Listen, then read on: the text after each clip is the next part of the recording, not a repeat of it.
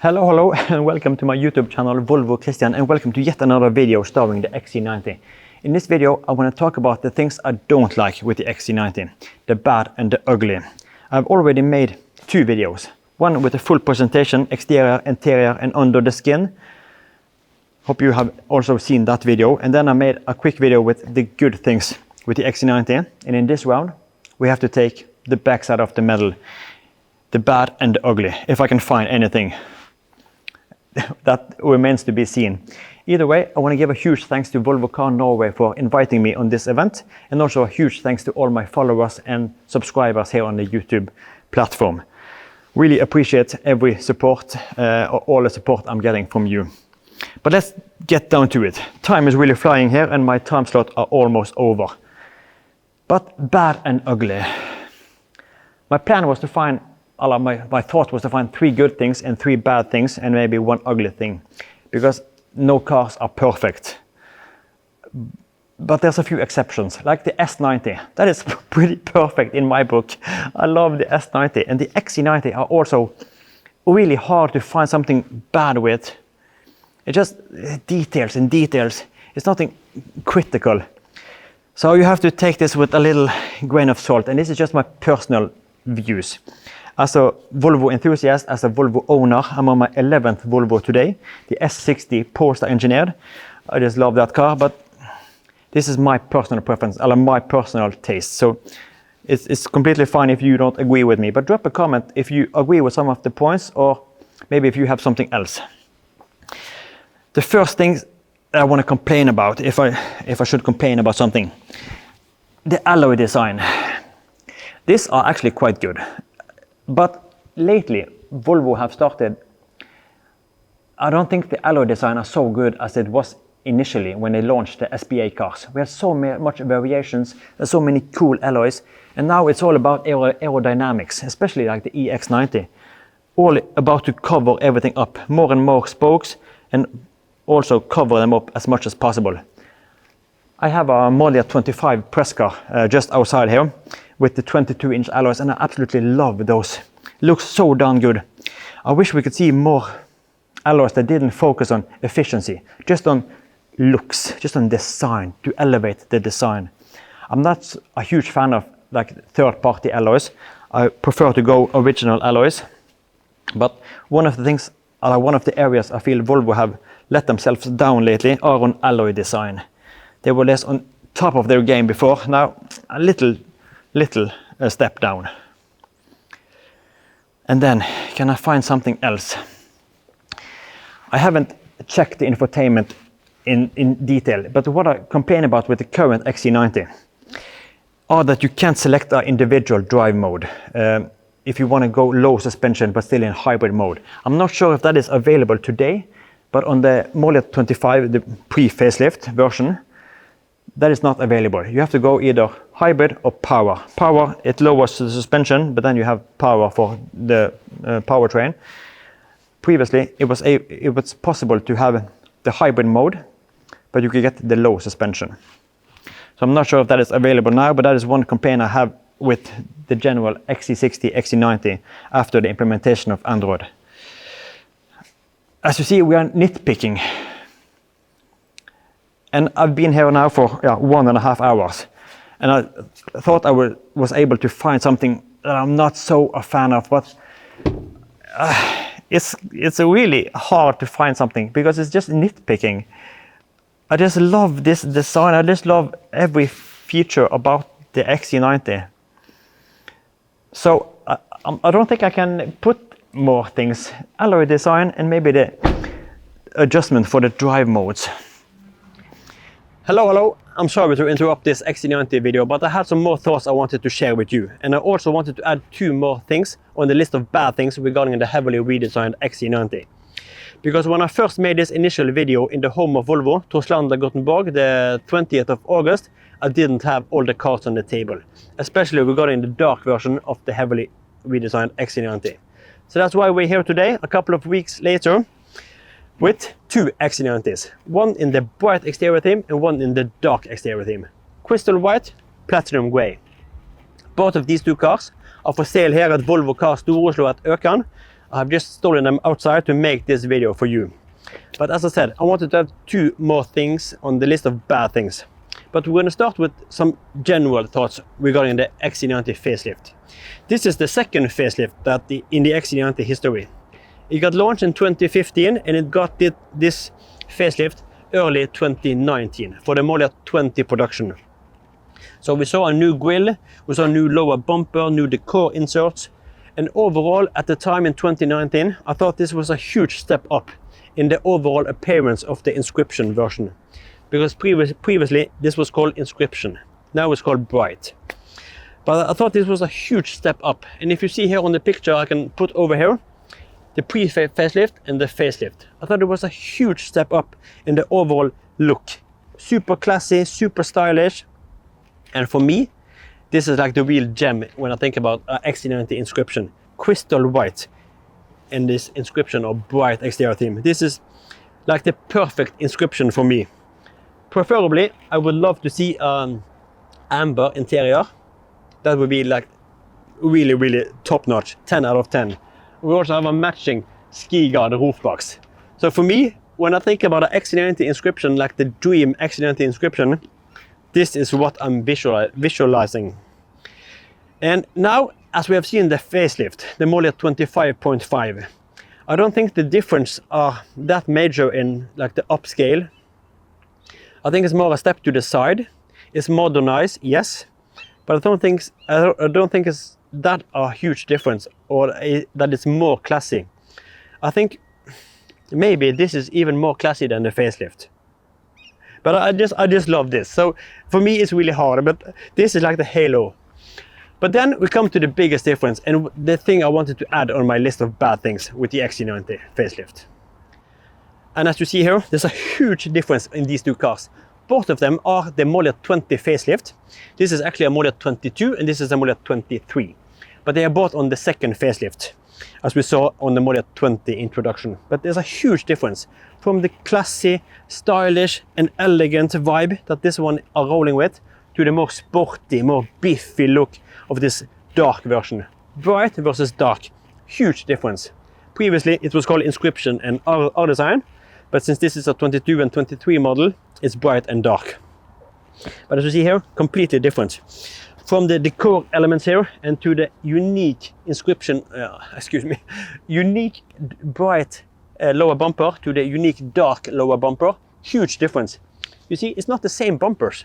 And also the grille, this structural previously redesign grille that I also have on my Polestar engineered S60 to this standing chrome inserts.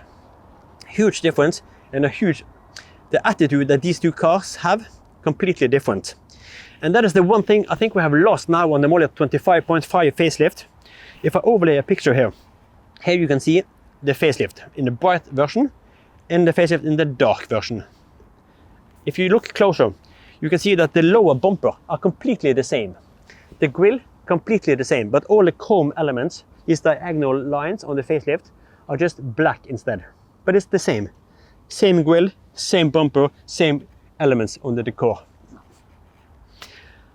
I'm not sure. I haven't seen the dark version live. I saw one, but it had a camouflaged grille. But I think we have lost these 2 different characters. Maybe Volvo was so pleased with the new Model 25.5 facelift that I thought, yeah, it could work, just blacken it out.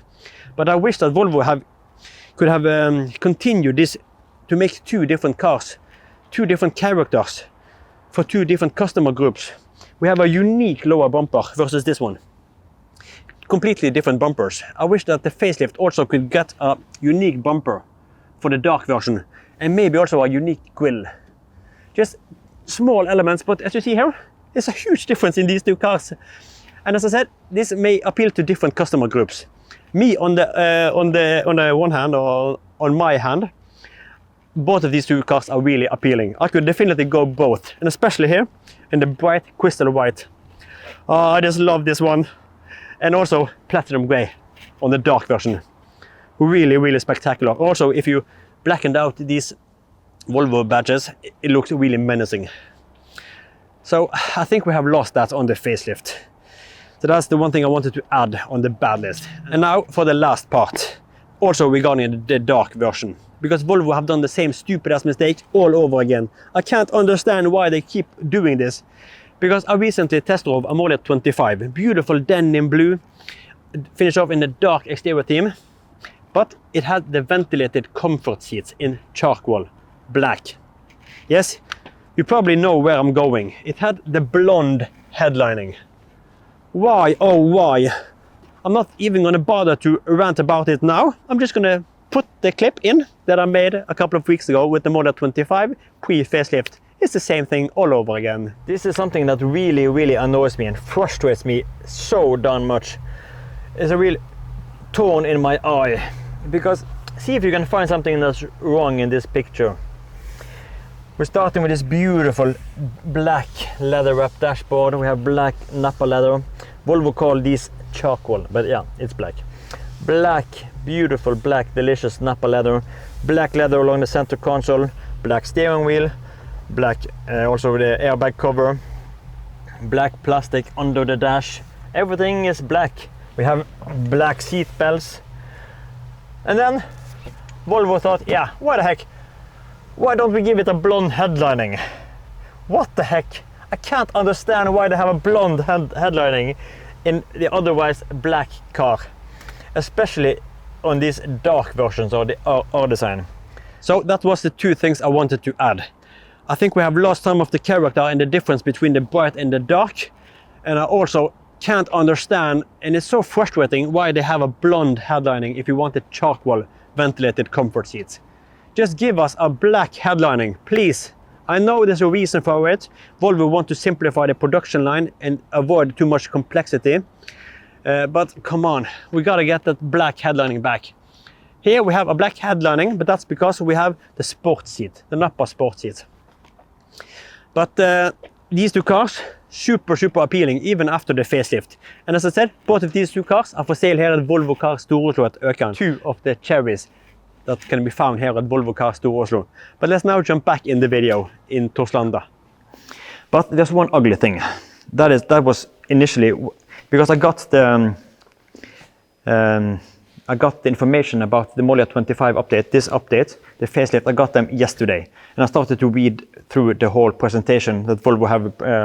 There was a document, and I started to read through it and all the tech specifications.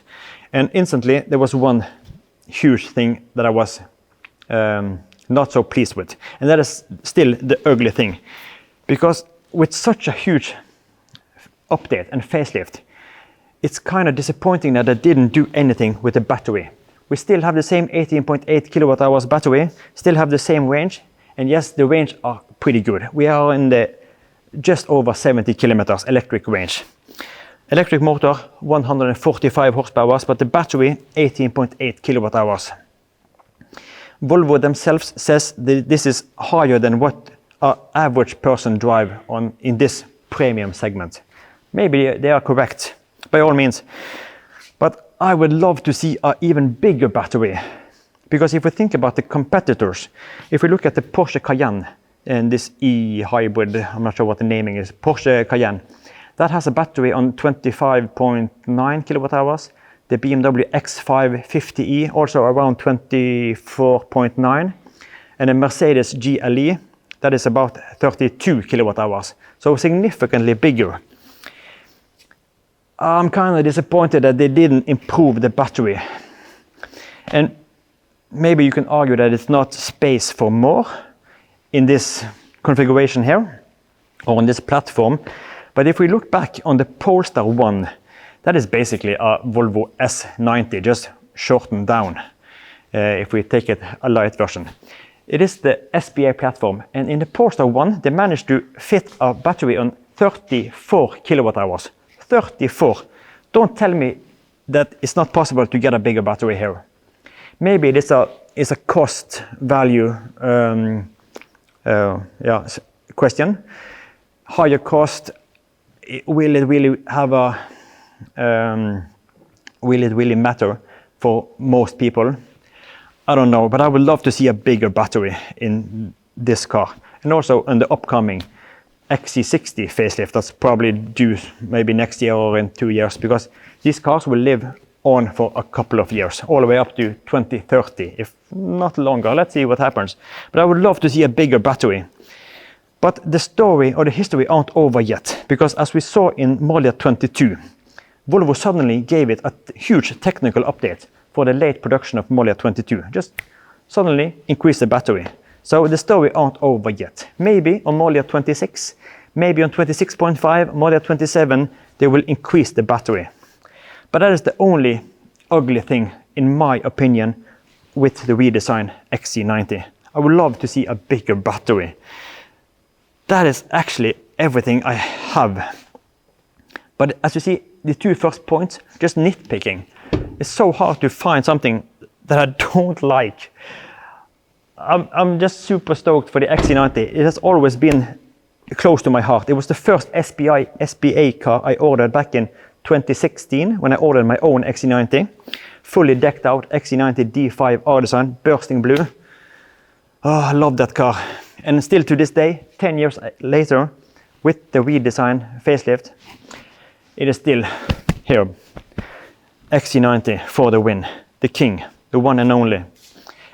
So I think it's time to wrap up this short video. I hope you enjoyed it, even if I couldn't find anything significant to complain about besides the battery. But I hope you have enjoyed this XC90 series. Yeah, I think it's time to wrap it up. Thank you for watching. Thank you for all your support. Thank you for dropping comments. Thank you to all of those that subscribe to my channel. And now I think it's time to end this video. I'll see you in the next one. Take care and bye-bye.